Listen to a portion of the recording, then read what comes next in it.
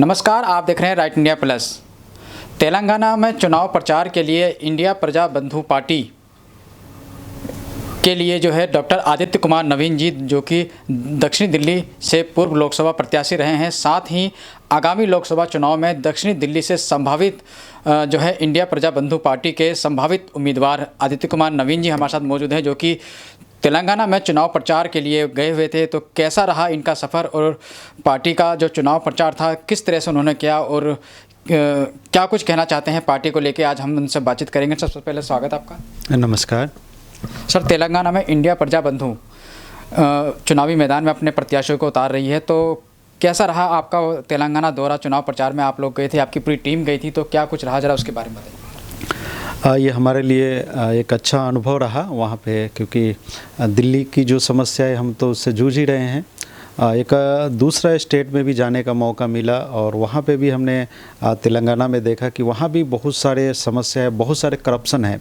केसीआर ने जो लोग जो है बहुत दुखी हो गए हैं उनसे, और वो भी एक पारिवारिक राजनीति वहाँ कर रहे हैं। तो लोग जहाँ भी हम जाते थे उस केसीआर गवर्नमेंट से लोग बहुत ही परेशान है, दुखी है, और वो बदलाव चाहते हैं और वो चाहते हैं कि यहाँ पे कोई अच्छा शासक करे जो सबको समान रूप से, कोई एक धर्म का नहीं बल्कि सारे धर्मों को मिला के चलने वाला कोई एक पार्टी वहाँ पे आए। और इसीलिए हमारी जो पार्टी है इंडिया प्रजा बंधु पार्टी, हम सबको मिल के जो हमारे डॉक्टर भीमराव अंबेडकर साहब का जो उद्देश्य था, जो सपना था कि इस देश को कैसे हम लेके बढ़ना है, उसी पे आधारित आईबीपी जो हमारी पार्टी जो है वहाँ पे पूरे जोरों शोरों के साथ मैदान में है। वहाँ पे हमारे बहुत सारे कैंडिडेट वहाँ पे पूरे तेलंगाना में खड़े किए थे, लेकिन कुछ राजनीतिक कारणों से उनका नॉमिनेशन वहाँ पे कैंसिल कराया गया। फिर भी हमारे पास अभी भी 34 कैंडिडेट मैदान में है, डटे हुए हैं और ज़ोर शोर से प्रचार कर रहे हैं, लोगों के पास जा रहे हैं, उनकी समस्याओं को सुन रहे हैं। एक उस क्षेत्र में एक ऐसा ये पार्टी है जो लोगों की समस्याओं को सुन के उनका समाधान करने का कोशिश कर रहे हैं, और हर एक गांव में, कॉलोनियों में, हर एक जगह जा रहे हैं, लोगों से मिल रहे हैं। हमारे कैंडिडेट के पास उतने पैसे नहीं है, उतने सामर्थ्य नहीं है, लेकिन फिर भी जो कुछ भी उनके पास साधन है वो जा रहे हैं, लोगों से मिल रहे हैं, बातें कर रहे हैं, उनकी समस्याओं को सुन रहे हैं। और जब दूसरे तरफ देखते हैं कि केसीआर करोड़ के करोड़ रुपये वो लोग चुनाव प्रचार में खर्चा कर रहे हैं। आज आपने देखा होगा, न्यूज़ में भी सुना होगा, हमारे प्राइम मिनिस्टर भी जाके वहाँ पे प्रचार कर रहे हैं। तो इनके पास बहुत सारा धन बल है, उसके विपरीत हमारे पास कुछ भी नहीं है। फिर भी हमारे पास यह है बाबा साहब का एक दर्शन जो है, उस दर्शन को लेके हमें आगे बढ़ना है। और हमारे पास यही एक उम्मीद है। हमारे पास पैसे नहीं है, हमारे पास साधन नहीं है, लेकिन फिर भी हमारे पास जो कुछ भी है पार्टी के लोग लड़ रहे हैं उनसे, और हम उम्मीद करते हैं कि हम जरूर इसमें सफल होंगे और जीतेंगे। सर, केसीआर वही पार्टी है ना जिसकी दिल्ली शराब नीति का जो बड़ा घोटाला दिल्ली के अंदर हुआ था, उसके तार भी केसीआर से जुड़े थे? हाँ, उनके एक पार्टी का प्रमुख जो एक लेडी थी, आपको पता है पहले भी न्यूज़ में आया था, और अरविंद केजरीवाल के साथ उनका साठगांठ है। अभी आपने देखा होगा आम आदमी पार्टी वहाँ पे कोई भी कैंडिडेट खड़ा नहीं किया है, वहाँ चुनाव नहीं लड़ रहे हैं, क्योंकि केसीआर के साथ इनका तालमेल है, उनके साथ पैसों का लेन देन है। तो कैसे जाएंगे वहाँ चुनाव लड़ने के लिए? मध्य प्रदेश में चुनाव लड़ रहे हैं, राजस्थान में चुनाव लड़ रहे हैं, लेकिन वहाँ पे नहीं गए, क्योंकि ये सारे एक ही है। बहुत सारे घोटाले कर रहे हैं सेंट्रल में, यहाँ दिल्ली में ये लोग कर रहे हैं, वहाँ क्षेत्रीय स्तर पे देखा जाए तो तेलंगाना में वो केसीआर वहाँ पे प्रदेश को लूट रहे हैं। आपके जो इंडिया प्रजा बंधु पार्टी के जो प्रदेश के अध्यक्ष है वो भी चुनावी मैदान में है? हाँ, वहाँ पे सारे हमारे लोग जो है वो जो नेशनल सेक्रेटरी है अरुण सर, वो सिकंदराबाद से चुनाव लड़ रहे हैं, और वो जो प्रेसिडेंट है वो भी चुनाव लड़ रहे हैं। तो हर एक क्षेत्र में अपने कोशिश कर रहे हैं कि लोगों के बीच में जाए, जनता के पास जाए, जनता की समस्याओं को ले, उनकी सुने। और मैं तेलंगाना की जनता को आपके चैनल के माध्यम से मैं प्रेयर करूंगा, रिक्वेस्ट करूंगा उनसे हाथ जोड़ के विनती कर रहा हूं कि वो इस बार जो हमारा चुनाव चिन्ह है, ट्रम्पेट है चुनाव चिन्ह, तो आप लोग उस चुनाव चिन्ह पे जो 30 तारीख को वोट है, आप जाइए और ट्रम्पेट के चिन्ह पे अपना बटन को दबाएं और हमारे पार्टी को मजबूत करें, ताकि हम उस क्षेत्र में न सिर्फ तेलंगाना में बल्कि आने वाले जो भी इलेक्शन होगा, अभी आने वाले जो जनरल इलेक्शन होगा लोकसभा का, हम पूरे इंडिया के अंदर आईबीवीपी और हम भारतीय पार्टी जो दिल्ली में हैं उन सबके साथ मिल के, और भी कुछ पार्टियों के साथ हमारी बात चल रही है, सबके साथ मिल के हम एक अच्छा हम फाइट देने जा रहे हैं। अच्छा सर, जैसे कि दिल्ली में आप थे, दिल्ली में लोकसभा का चुनाव आपने लड़ा, दिल्ली की समस्याएं तो आपने देखी है, तेलंगाना में क्या मुख्य मुद्दे हैं, क्या क्या समस्याएं आप लोग लेके चल रहे हैं? तेलंगाना में भी वहाँ पे भी बहुत सारी समस्याएं हैं। जब हम गए वहाँ पे देखे, अभी भी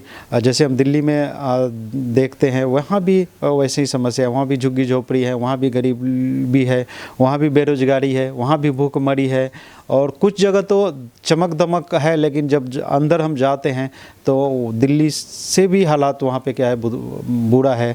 और इस बार लोग वहाँ पे परिवर्तन करेंगे और निश्चय ही वहाँ पे इस बार केसीआर गवर्नमेंट को लोग वोट नहीं दे रहे हैं, क्योंकि लोग उनसे दुखी है।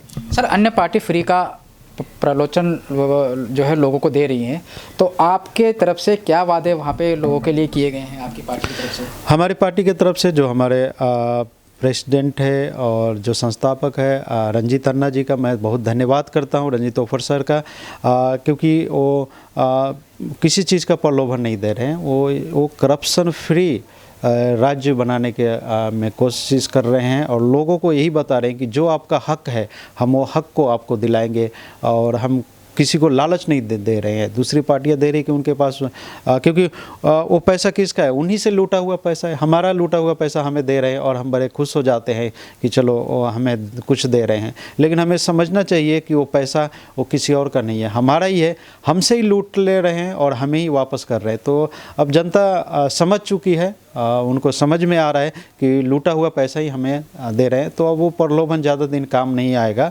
हम इसलिए तेलंगाना की जनता से रिक्वेस्ट करेंगे कि आप इस लोभ लालच में ना पड़े, अपना जो समय है, ये जो टाइम है, आप क्योंकि ये 5 साल के बाद आपको एक बार मिलता है, तो आप जाइए और चुनाव के दिन भारी संख्या में जाइए, और जो हमारा चिन्ह है, ट्रम्पेट चिन्ह है, आप एक बदलाव के लिए आप उस पर वोट कीजिए।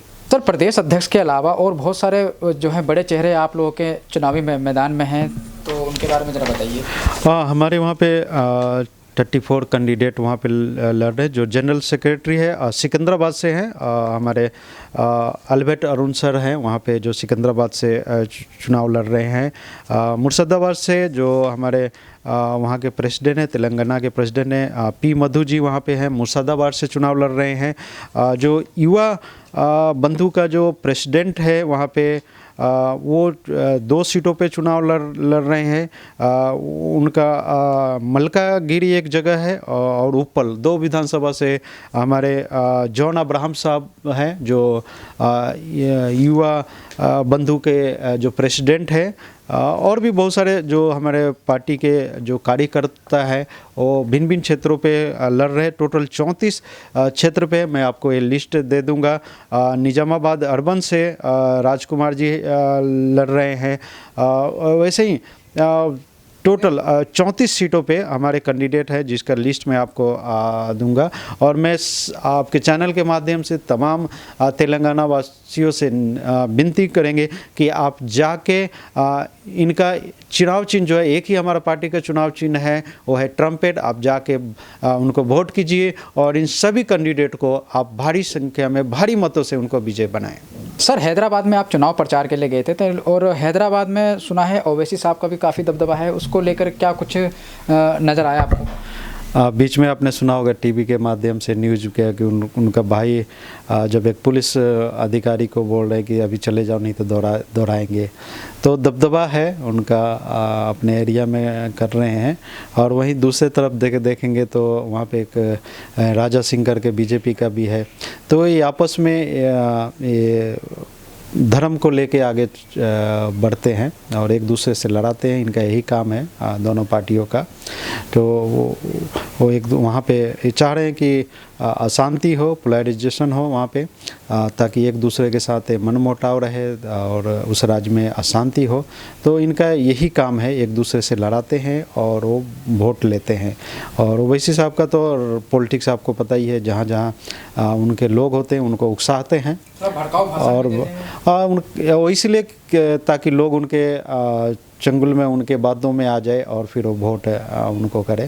तो जनता समझ चुकी है अभी, सब लोग उनसे भी परेशान हैं। आने वाले समय में जिस तरह दूसरे स्टेट में उनका जो हाल होता है चुनाव में, वही हाल इस बार भी तेलंगाना में होगा। वो एक तरफ से वो केसीआर और वो सब एक ही है वहाँ पे। जो हमने देखा वहाँ पे कि वो जहाँ जहाँ केसीआर का कैंडिडेट है वहाँ पे वो अपना कैंडिडेट खड़ा नहीं किए हैं, कहीं बीजेपी का कैंडिडेट तो वहाँ नहीं किया। तो सब मिला जुला के कर रहे हैं, क्योंकि ये जैसे कि आप हमसे बेहतर जानते हैं कि उनको बीजेपी का बी टीम भी बोला जाता है ओवैसी साहब को।